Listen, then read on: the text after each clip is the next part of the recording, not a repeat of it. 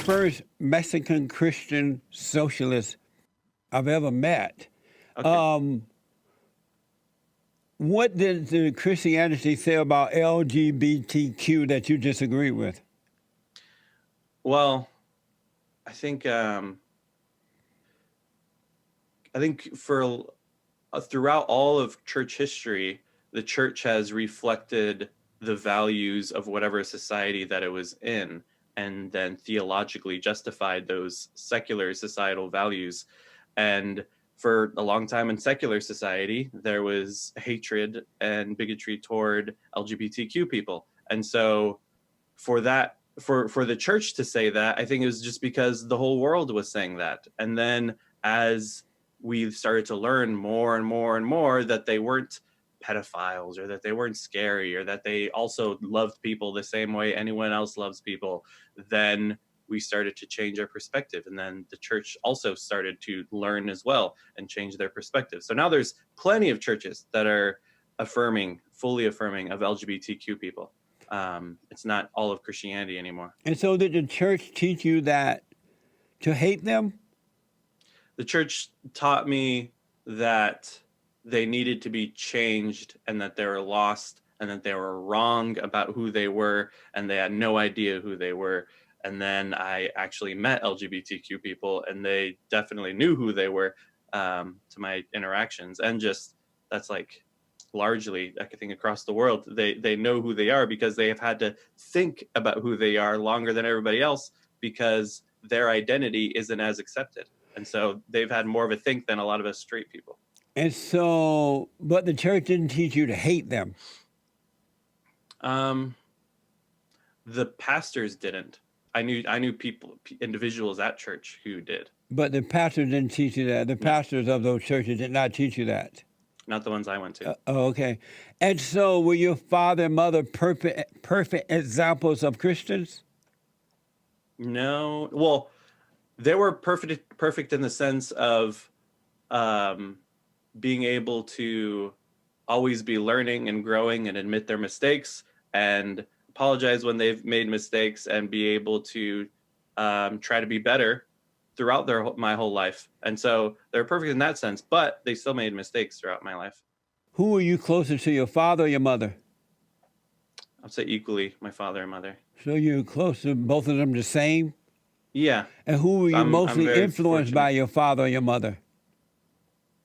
Probably my father. And how did he influence you?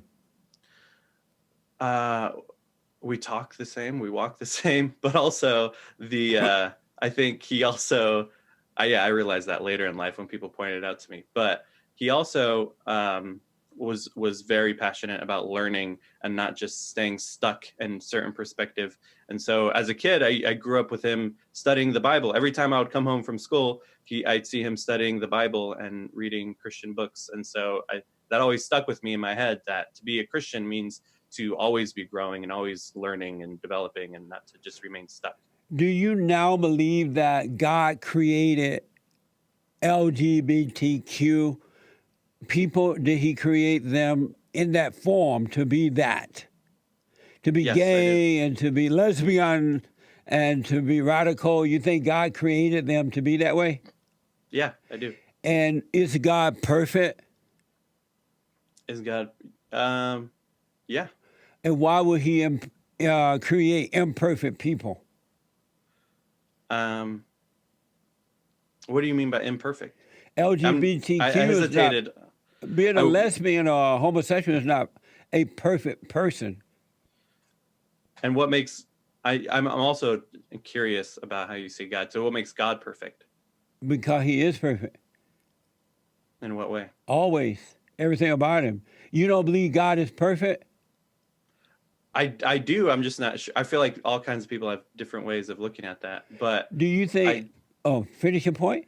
I was just thinking, I think, yeah, everyone is imperfect in plenty of ways. Like God lives forever. We can't live forever. God doesn't get hurt. We get hurt.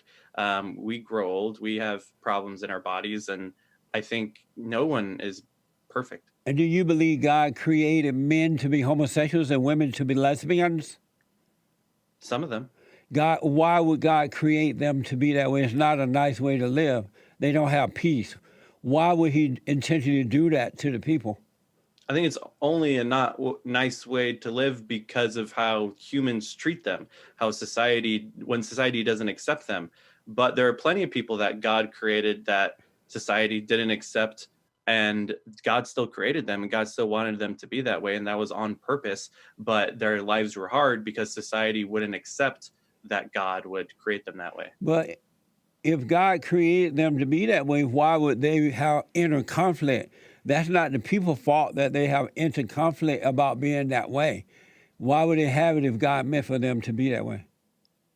We all have interconflict. We all have people that say we shouldn't be the way we are. I know you have have people all conflict? the time come on here and tell you that you shouldn't be the way you are. Do you have conflict within? Inner conflict. People telling me that I shouldn't be the way I am. Yes. So that, how are you? What do they tell you that you should not be? That I shouldn't be a Christian, that I shouldn't be a socialist, that I should be ashamed for being Mexican. And so, and I know people on here come on and say that you shouldn't be a conservative, that you shouldn't be whatever, you shouldn't be talking this way, blah, blah, blah. But we all have that. But why do you have conflict? I don't have conflict when people tell me what I should or should not do or be. Why do you, being a minister and being a Christian and a socialist and a Mexican and a liberation theology person, why would you have conflict based on what someone else say you should or should not be? Why do you personally have that? When you said conflict, I imagine someone coming against you in some way. I think that's conflict. Do you have inner conflict? Inner, like inside telling me I shouldn't be the way I am? Well, inside conflict, period. No, not majorly. You have a little. I think a little bit. The fact that I'm trying to think of words to say, I feel like is a form of inner conflict. I'm trying to think of words to say, but none that bothers me. I don't. Yeah. And so, do you believe in abortions as well?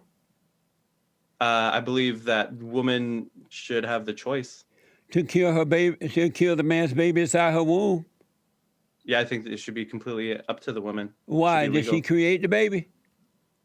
She had a huge part in creating that baby. No, all she did was lay it there and accepted it. That's not too much work.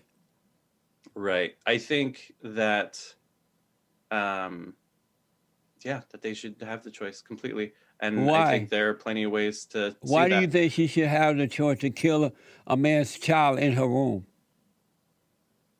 Because it's I don't think we should try to control people's bodies. I can't make that choice for anyone because I can't get pregnant. But what give her the right to take a life inside the womb?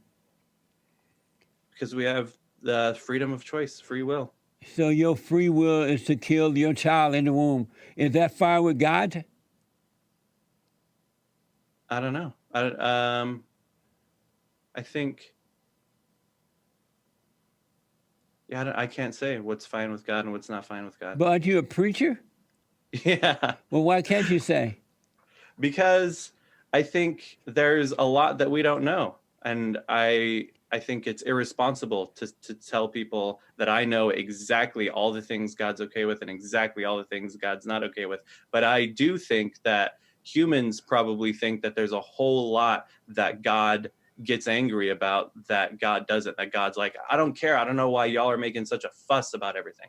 I think so I imagine God that way. Personally, you think that God would be fine with a woman killing his creation inside of her body?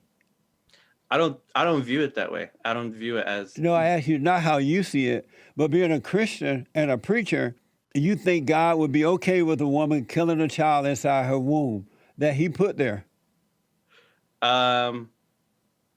I don't think God would view it that way either. I don't think God would see that this is a creation that he's killing. I think, or that anyone's killing. I think that, like, if we want to get like real traditional about it, in the Hebrew Bible, the Old Testament, it says that life begins at first breath. And so that's, I think, how God would see things if we're talking about the God of the Bible. So he doesn't see it as a baby inside of a woman's womb, growing. No. Amazing.